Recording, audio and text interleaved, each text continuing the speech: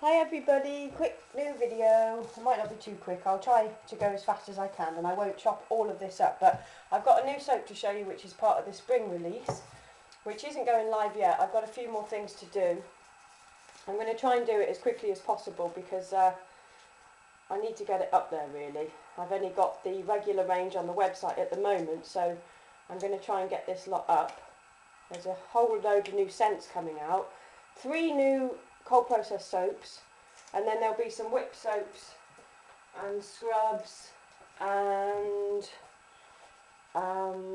body whips and perfume oils, but I will be using some fragrances, but majority this time is all essential oil. So I've been having a really nice time blending. So this soap that I'm going to cut for you now is called the Shire, and it's inspired by where we live, which is Worcestershire, and it's a really nice floral blend of geranium, ylang ylang, lavender and gardenia absolute. So really nice floral extravaganza, but the lavender it's kind of like a middle to a top note, and it gives a real sort of depth in that scent, but the ylang ylang gives the base, and then the geranium gives just a really nice softness. And then the gardenia absolute I can also smell, which gives it sort of more of a heavier sort of floral scent. Really nice. Excuse me, I'm just having a bit of coffee because it's early yet. Matt got up this morning early, about 6 o'clock, because he's at work for a while. God, I need that today. So I thought I'd get up and get on because I've got some more soaps to make, but I've got to do some big batches in my bigger moulds, which means I get about 40 to 50 bars, depending on the size I cut, but I'm going to try and go for about a 50 batch. So I'm going to cut this on its side because of the jasmine flowers I've got on the top, so see how we do. And in the base there's a pastel pink clay, which just adds really nice toning properties. Well, it does when you use a clay naturally. In a soap I doubt very much that the properties are still there, but it adds a nice sort of slip to the soap. I find if you put clay in any soap, it just gives it a really nice sort of glide on the skin.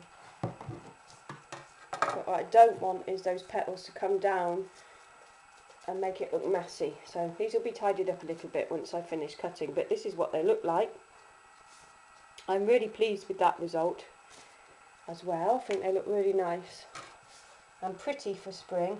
It's quite difficult when I'm making essential oil soaps. The blend is really what the most important thing is to me. It's more like about the scent than anything, but also you've got to make them look kind of appealing, I think, because sometimes there's a stigma attached to, well, in my head there's a stigma attached to essential oil soaps sometimes, in that because they're more natural, they're not so exciting kind of to look at, but I try and make mine as exciting as possible, rather than just doing, you know, the plain soaps. Although I love the plain soaps, but I just like a bit of interest. But in this I've tried not to use too many synthetics, so we have got some titanium dioxide in there, but not very much, and a bit of ultramarine blue, but the rest is, yeah, the blue clay and pink clay. God, it smells really good. I wasn't going to put the lavender in, but I'm really glad I did, because I used to do a blend a few years back called Floral Marquee, when I did an organic range of soap. I used to have my regular range and then just about a 90% organic range, which I stopped doing because it just got so expensive in this country to buy the ingredients, and even I live in a growing area, there wasn't anybody that I could get things like rapeseed oil I was using at the time. I couldn't seem to get any hold of any of it cheaply, so it just became a bit of a joke, and then the soaps ended up being so expensive that it was almost £7 a bar of soap, so that's like almost $10. which is just, I think it's a bit stupid, you know. Anyway, so I just went to using non-organic coconut oil and non-organic sunflower oil and olive oil. So the other things I put in are organic, like the butters, cocoa butters and shea butters for super fatting and things like that, but generally it's still a really, really lovely recipe, I think, but it's just not organic. Okay, so these are really actually not going to need too much of a tidy up. What I will do when I've finished is I grab my trusty old scraper, which is an old vegetable peeler that I've been using, and I just take off my edges like that, just so it's got a softer feeling when you come to use it in the shower, and it just gives a nice beveled edge. So I shall do that to all of these. So when people refer to these need to be tidied up a little bit, I think pretty much that's what they mean. And any sort of irregularities on the surface scraped off, but because I'm cutting this on its side, it won't need much of that. If I cut, says she, look at that, if I cut straight down, I generally need to mess about with them a little bit more towards the end, but do it on its side, especially if there's a line, comes out really nice. So I'll remember that. Okay, so there's an end cut, and we'll get some samples. So that's about the size of the samples now. You can now buy samples on the website. And they're just over an ounce each. But if you wanted to just try something before you bought a full bar, you can now do that. So that's cool. Let's get rid of some of that mess.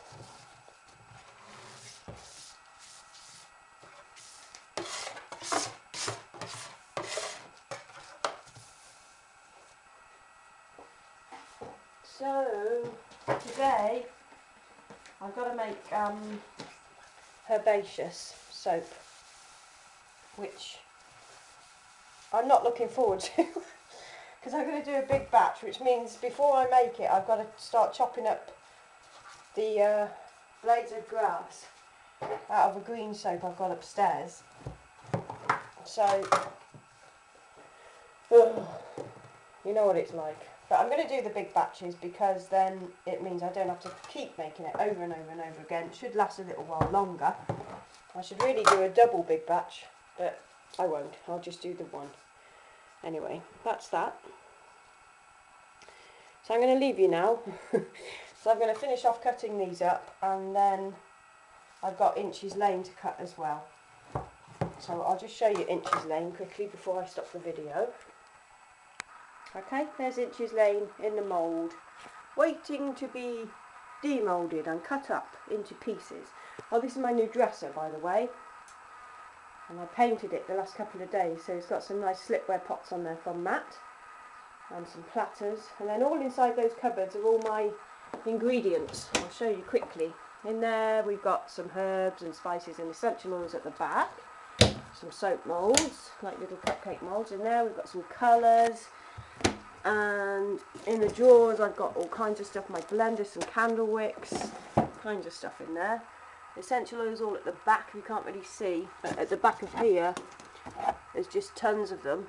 You can't really see, it's too dark, but then on this side I've got butters and waxes and some preservatives, some liquid oils, more herbs, more exfoliants, surfactant blends, all kinds of stuff in there. So that's my cupboard. And then on the end there are some new soaps. That's the Green Room, which is coming out for spring, and that one is Black Honey. That's amazing. So yeah, I'm going to be cutting up inches lane after I finish this other one. So I'll see you soon. Bye.